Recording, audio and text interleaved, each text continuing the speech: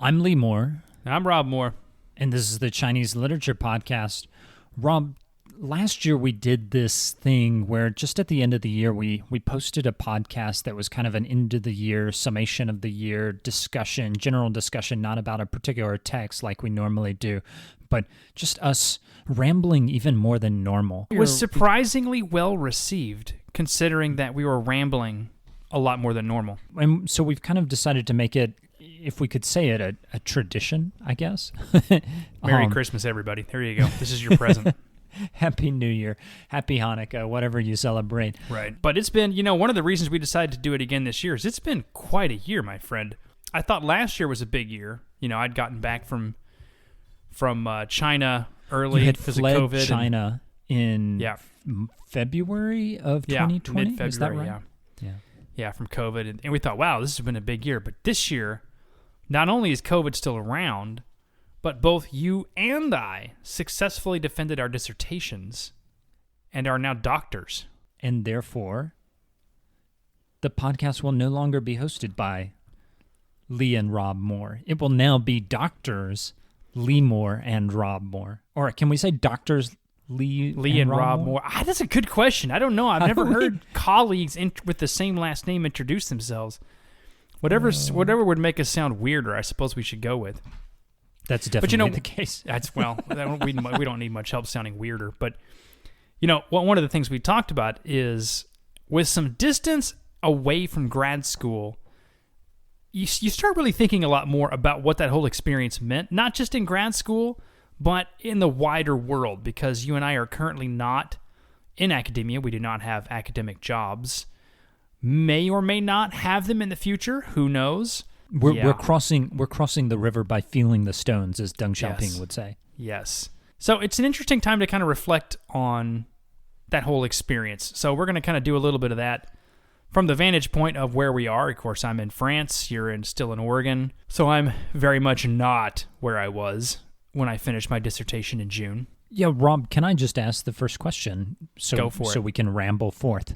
Or as Led Zeppelin would say, ramble on. Ramble on. I was going to make a Zhuangzi allusion, but Led Zeppelin is acceptable. Led Zeppelin's way cool. Actually, I won't say that they're way cooler than Zhuangzi. I'm not going to say that. They're not way cooler than Zhuangzi. Now that you've been out of the business of academia for 6 months, what has changed in terms of your thinking? One of the first things that happened when I got to France, especially when I was still in Oregon after my dissertation, we were still trying to get stuff ready to move and all that. You pretty much turned in your dissertation and a week later moved. No, right? It was more than that. Well, I take that back. The dissertation cleared, and then it was maybe 2 weeks later. Yeah, I defended my dissertation a month went by, but.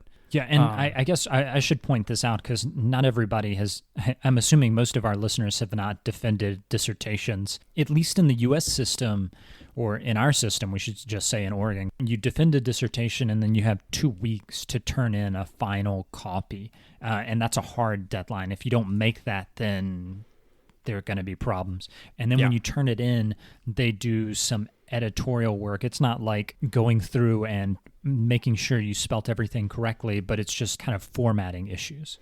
So once I got all that turned in and moved out here, one of the things that happened was I found myself really wanting to reclaim a lot of the stuff that I had stopped doing the last couple of years in grad school, one of which was just reading literature, not for the purpose of my dissertation or a paper or a conference. Or the podcast. But just reading it, just because I wanted to. Academics don't get to do that very much, or don't do that enough. There's so much reading to do anyway that the idea of just sitting under a tree and reading, because why not, is an enticing one, but we don't usually do it. So that's one of the biggest things I did, was just read. One of the things I think that's interesting about academia is it forces you into this structured reading. You're reading strategically. You're doing it for a particular purpose, for the podcast, for the dissertation, for that next paper that you're going to write. And I hear your critique, but I think that some folks would say maybe that kind of structure is necessary, particularly for folks like, and I'm just going to say it, Rob, you who really don't function without structure. I mean, am I off here? You're not off in terms of finishing a project. Okay. For the dissertation, it was probably very good to be focused, right? But When I'm not talking about spending 3.5 hours a day reading poetry. Even taking 30 to 40 minutes just to read something different sometimes felt a little wasteful. One of the things that I noticed over time, though, is that this maybe made me better at writing my dissertation. I will not say that it made me a better scholar, because it tends to, at least in my case, you're feel free to jump in on this question yourself here in a second. At least for me, it sort of tamped my curiosity down a little bit, to where instead of just going, hey, I wonder what this book is like, and just checking that book out, I would go, hey, I wonder what this book is. Nah, I don't have time. I'll just read this other stuff. And frankly, a lot of the other stuff I was reading for my dissertation was interesting, but not particularly great literature. It wasn't something that killed my curiosity, but one of the things that made me excited about scholarship before I started grad school was just kind of reading, learning, based on questions I had, based on things I was inquiring into, and not because, well, I better read this book because they may ask me about it in a job interview, or I may have to present it at a conference or something like that. Good for professional purposes, like you said. It's not useless, but that's something that I really enjoyed not doing for a while. I think that the strategic reading, like reading, oh, someone might ask me about this at a job interview or something like that, is a little bit of a waste, because it's driven by these academic fads. The way that academia forces you to be structured in your thinking, I think it's largely a positive thing. I mean, I would, especially, before I got to grad school, but even the first couple of years, I would just wander into a library and grab a book because I thought it sounded interesting. I never produced anything out of it. And I found that meaning comes from production, for me at least. Like, interesting. Even if it's only kind of like creating this larger project, and like we'll talk more about the book later in the podcast, but as I'm thinking about some of the chapters that I want to write for the book, I'm trying to like, this is how I could use that in that project. And I do find myself not wandering less, because I don't wander less. I actually end up wandering a bit more. When everything you're thinking of applies to a particular question, you are just more structured in your wandering. I'm reading stuff about the Chinese economy that if I wasn't thinking about doing a chapter on the Chinese economy in our book project, I would probably not really be that interested. But one of the cool things that I found in grad school is knowledge is not just disparate atoms of facts, but it's rather a web of facts. And the thing that academics makes you do is it makes you spin that web. It makes you kind of pull these together into a certain question. Like, this has to answer a certain question. This has to be a part of a certain project. And I think that before I got to grad school, I would wander aimlessly, and now I wander purposefully. Yeah, that's an interesting answer, and that kind of leads into a very similar question I was going to ask, which is, what has stuck with you since grad school? It's skills. It's what the Greeks would call techne, the like skill set that comes from being in grad school. Note-taking when you're reading is something that is huge for me. Rob, you've seen my notes. I'll take 30 pages of notes on a book. That's something that comes out of both grad school and my work at the newspaper The Economist. Hey, wait. Is it a newspaper or is it a magazine? Good point. It's actually a newspaper in magazine format. They really want you to know that. Interesting.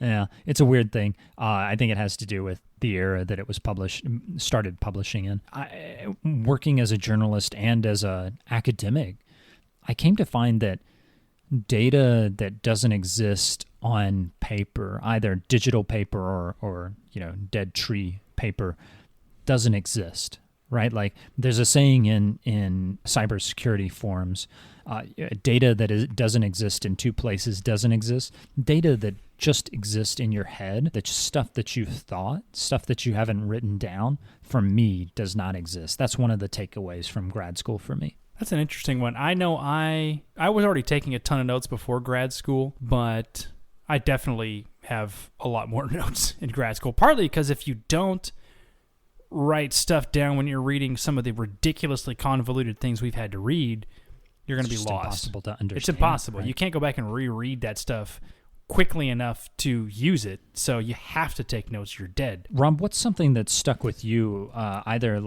for me, I just said a technique. What about like techniques or books that have stuck with you? Well, I think the most useful, because the way I'm interpreting the question too is what is still useful.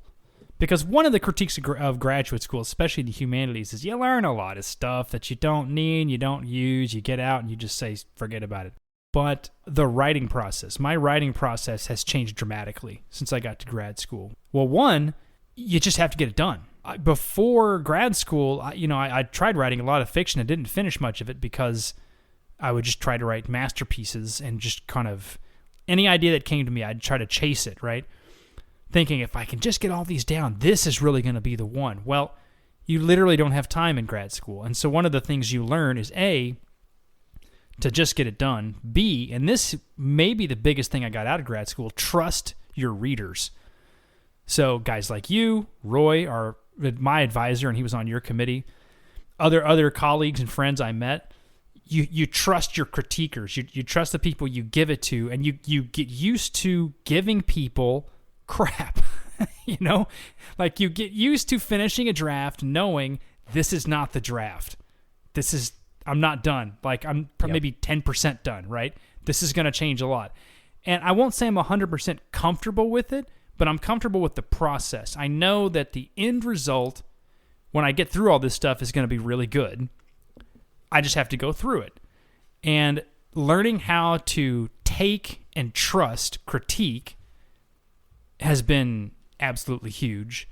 And learning how to just get it done, even if it's not amazing or perfect, that's totally fine, has also been huge. Yeah, that's something that I definitely learned to do in grad school, although it's, something I think that I am still working on personally, like trying to figure out how to take that critique is tough. It's an ego blow, but if you want to be successful at life, really, I mean, that's being a better listener is something that I would like to be just personally, and it sounds corny, but that training in grad school really does help you, because the stuff you turn in, that first draft that you think, oh, this is pretty good, no, you go back and look at it later and you're like, oh man. And even when my readers, they would offer critiques, like they didn't say this, but implied was, this is really bad, why don't you think about this? So I would say 80% of the time they were right about the this is really bad part, and 80% of the time they were wrong about why don't you try this? You know what your project is about. They don't, but they can tell you when it just completely doesn't work. And that's something that's very hard for someone who's writing to do. I think this is true for everybody. I struggle a lot more with that because I'm not nearly as focused or organized as you. This is why I don't tend to finish a lot of fictional writing projects. I just sort of like, I think I'll go here, and now I'll go here. And the process of critique really helps me clarify what it is I'm even doing. So I'll start out with an idea. I'm like, I think this is what I'm doing. But frequently it's not until the third or fourth draft where I'm like, yeah, I'm totally doing this. And I had one chapter where I submitted it to Roy. Poor Roy. I'd been working on it for several months. And see, this is where I learned my lesson, right? So I didn't get anybody to read this. Nobody. I thought it was going to be a masterpiece, a combination of theory and Chinese literature, and it was just amazing. It was brilliant. I even submitted it for a national competition for comparative literature. I'm sort of hoping no one actually read it. Maybe it got lost. Maybe that they just, I don't know. That would be great if no one actually read it, but. And then I sent it to Roy, my advisor. And like you mentioned with them not saying it, yeah, this is crap.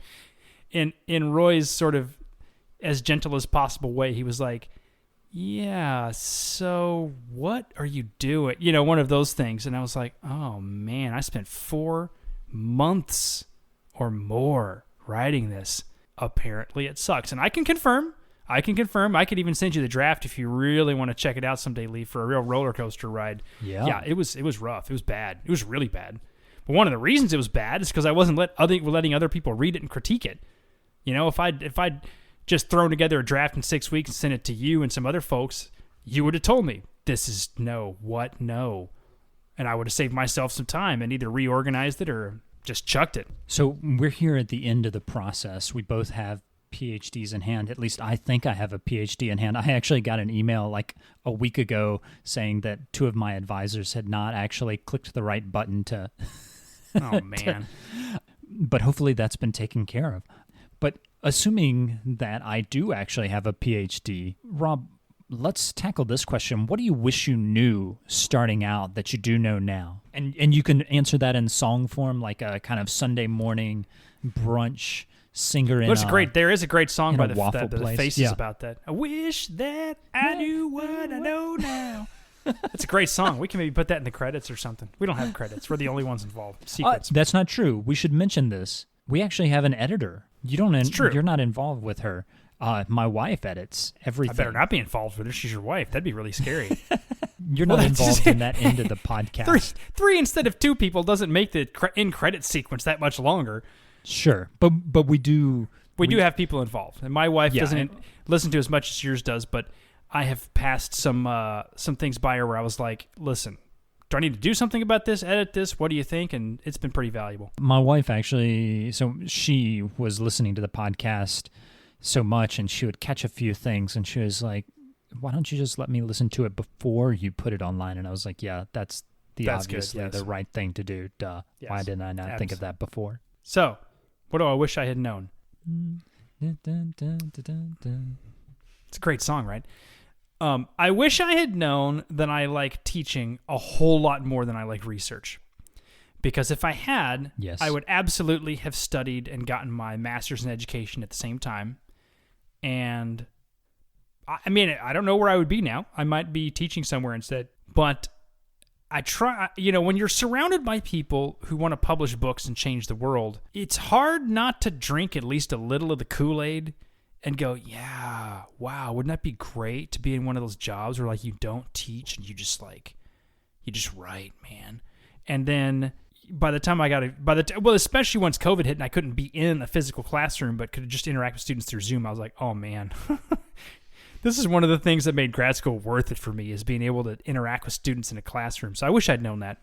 I am the same way. I came into grad school not expecting to love teaching. I came in expecting that to just kind of be a way to pay the bills. And I really, really enjoyed teaching. I don't know that I would have ever taught like high school or anything like that. Maybe, but some of the best training that I got in grad school was actually pedagogical training from, there's a center in the University of Oregon that teaches grad students pedagogy, and I've taken some classes with them, and it's just been phenomenally good. One of the best kind of things that I stumbled on.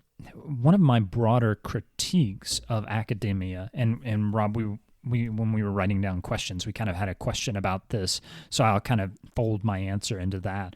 One of the critiques, I think, of academia that I have had is that same thing that you hit on, the like, oh, I just want to research, I don't want to teach. Professors today are selected, they get jobs based off of research. It's entirely like no one cares about your teaching in general. I mean, there is...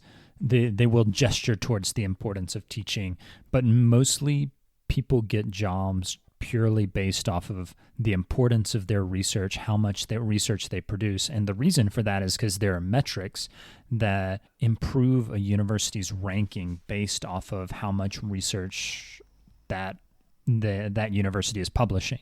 And so universities, deans, they are thinking about professors mostly in terms of research. What's interesting is most of the work that professors do is like 60% teaching, 40% research. So you actually have people being selected for this,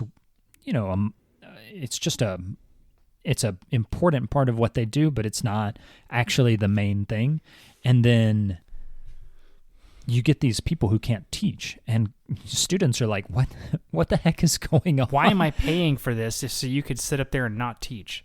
It's destroying, and I've wanted to maybe try and pitch a piece to higher ed publications about this, but I think it's corrosive in terms of academia, because academics get money mostly from I mean, they don't create anything. It's not like they produce iPhones that people buy, right?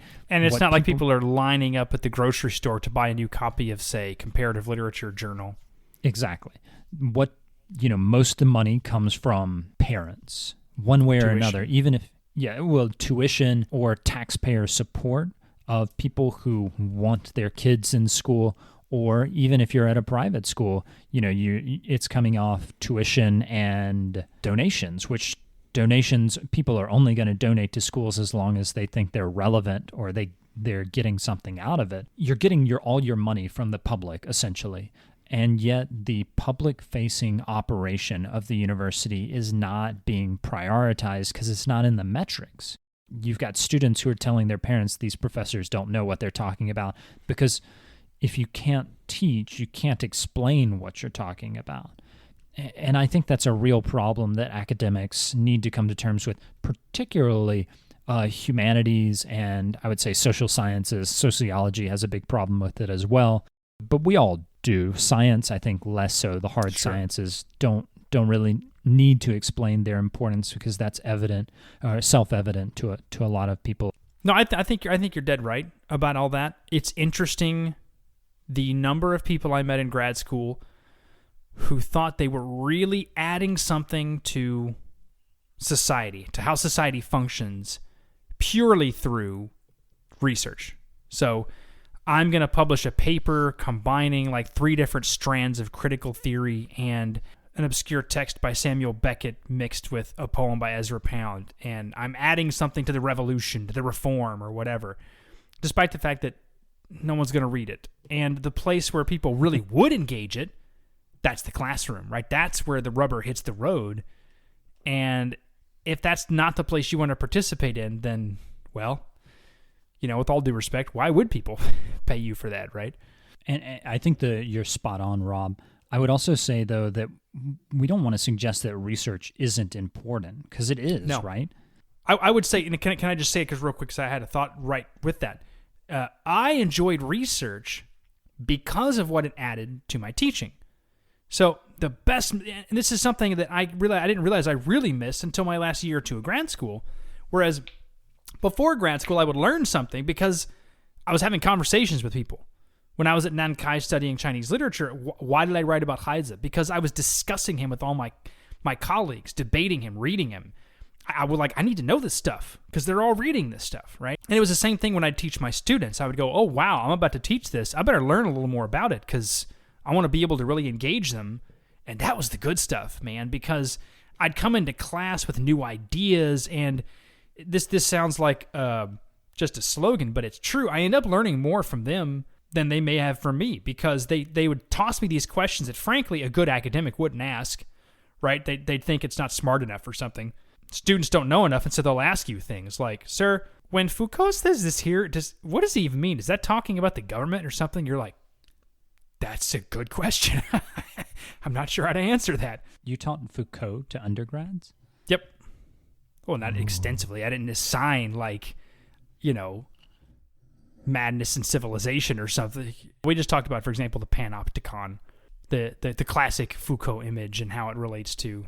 It's a lot more interesting when they can ask questions and you're like, wow, I hadn't thought about that. Great question. I think also, the importance of research is demonstrated in the way we're trying to, as a country, the U.S., and a lot of our listeners are actually in Europe or elsewhere. I think that all of those folks are struggling to understand China. What is China?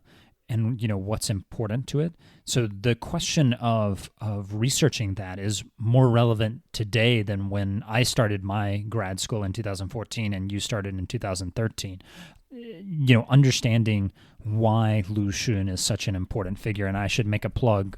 We've got that Lu Xun series coming up. We're going to start that at the beginning of January, right, Rob? Yep. Understanding Lu Xun's role in Chinese society and the way the Chinese elite think about things is incredibly important, and it's much more important now than ever. So research is important.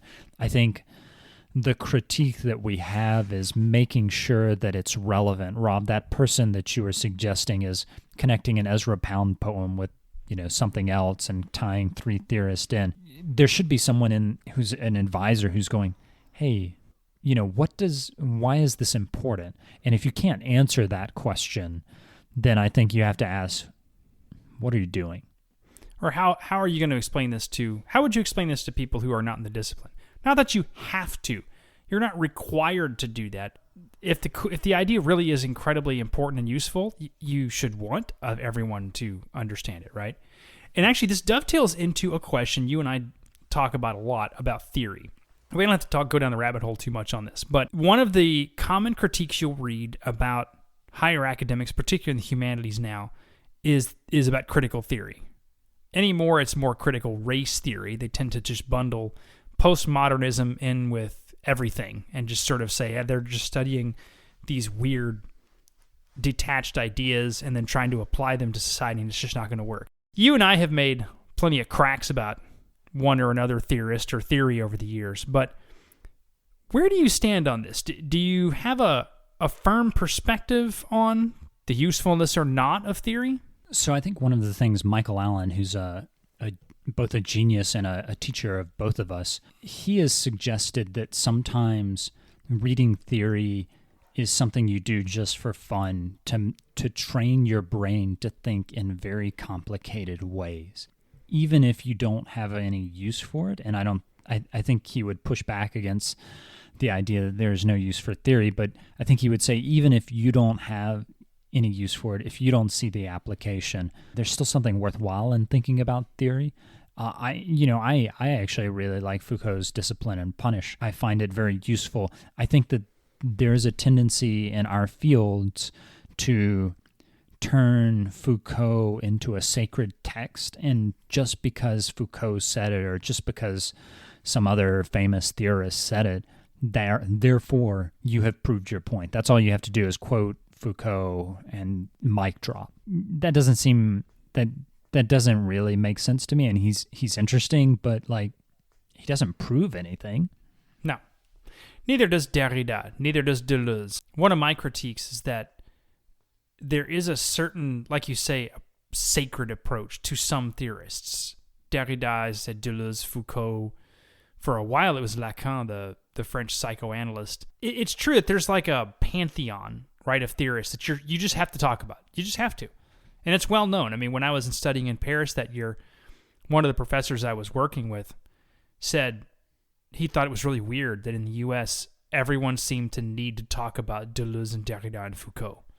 He just couldn't figure out why, because he was like, look, they're great thinkers, fine, whatever. But, my experience was that there were theorists who paid off the efforts you put in and others that didn't. I never thought Derrida paid off. Like, I would read Derrida and go, okay, so I think I kind of see where you're going with this, but I'm not sure I care.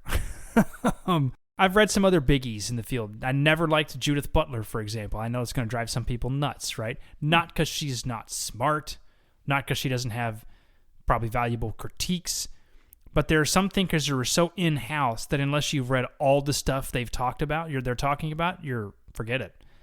She actually made Hegel more complicated than if you just read Hegel, which is really an achievement. The theory that has stood the test of time with me tends to be the stuff that points me back to the text. It can be as convoluted as possible, but if it draws me back into the text I'm reading and helps me to read it better, that's something that sticks with me. You and I really enjoyed reading narratology, for example, in grad school. We read some of the same texts and really enjoyed them. I enjoy Roland Barthes, the French theorist. Not all of him. He's got some really ridiculous stuff, but his writings about writing and about literature are incredibly thoughtful and interesting. My favorite scholar, Paul Ricoeur, the French philosopher, reading his stuff about how literature works with time is just incredible. And I would say that stuff is incredibly applicable because it brings us right into contact with how we read as people and a culture is important. And this ties directly into the study of Chinese literature and culture, right? So we've got one of the things I've noticed is there's a million podcasts on the Chinese government, but there's next to nothing on what are Chinese people reading? How are they reading? How are they interpreting texts? How are they reading the newspaper, right? These are hugely important things that we read about in grad school, at least theoretically. Just to plug Middle Earth, China's cultural industry podcast. It has some stuff to say about that. Rob, I think this has to be the final question about grad school. Would you do it again? I would. I absolutely would. I don't know that I'd do all the same stuff again, but I would definitely do it again. Learning what I learned about how to take critique, how to research, how to write, how to finish a project, how to network. We didn't even talk about that, but these were all huge skills that I would not have learned otherwise. So definitely do it again. Yeah, same. I would have been a bit more strategic about how I did it, but yeah, I would go back. I think the skills that you get, the training that you get in grad school is worth the world. I agree. So Lee, let's get into this question, this follow-up question, which is, what are we doing now? What are we going to be doing? Well, one thing we're doing is we're working on a book.